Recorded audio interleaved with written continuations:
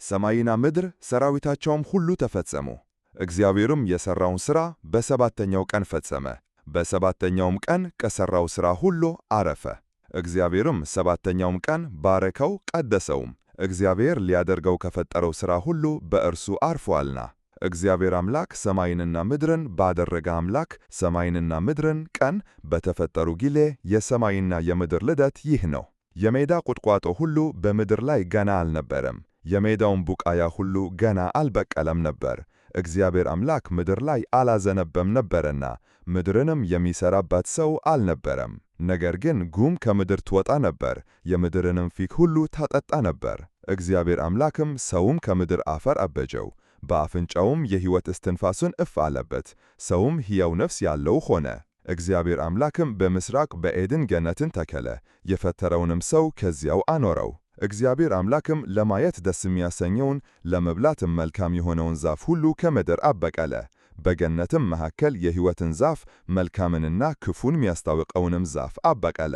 ወንዝም ገነትን ያተታ ዘንድ ከዔድን ይወጣ ነበር፣ ከዚያም ለአራት ክፍል ይከፈል ነበር። የአንደኛው ወንዝ ስም ፊሶን ነው፣ እርሱም ወርቅ የሚገኝበትን የኤውላጥ ምድርን ይከብባል።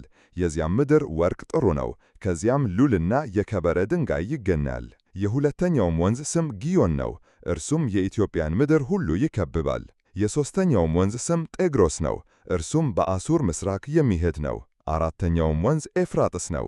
እግዚአብሔር አምላክም ሰውን ወስዶ ያበጃትም ይጠብቃትም ዘንድ በዔድን ገነት አኖረው። እግዚአብሔር አምላክም ሰውን እንዲህ ብሎ አዘዘው፣ ከገነት ዛፍ ሁሉ ትበላለህ፣ ነገር ግን መልካምንና ክፉን ከሚያስታውቀው ዛፍ አትብላ፣ ከእርሱ በበላህ ቀን ሞትን ትሞታለህና።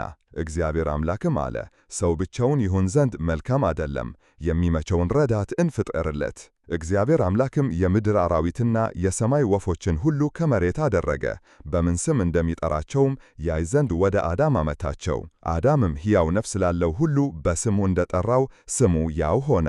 አዳምም ለእንስሳት ሁሉ፣ ለሰማይ ወፎችም ሁሉ፣ ለምድር አራዊትም ሁሉ ስም አወጣላቸው። ነገር ግን ለአዳም እንደ እርሱ ያለ ረዳት አልተገኘለትም ነበር። እግዚአብሔር አምላክም በአዳም ከባድ እንቅልፍን ጣለበት፣ አንቀላፋም። ከጎኑም አንዲት አጥንትን ወስዶ ስፍራውን በሥጋ ዘጋው። እግዚአብሔር አምላክም ከአዳም የወሰዳትን አጥንት ሴት አድርጎ ሠራት፣ ወደ አዳምም አመጣት።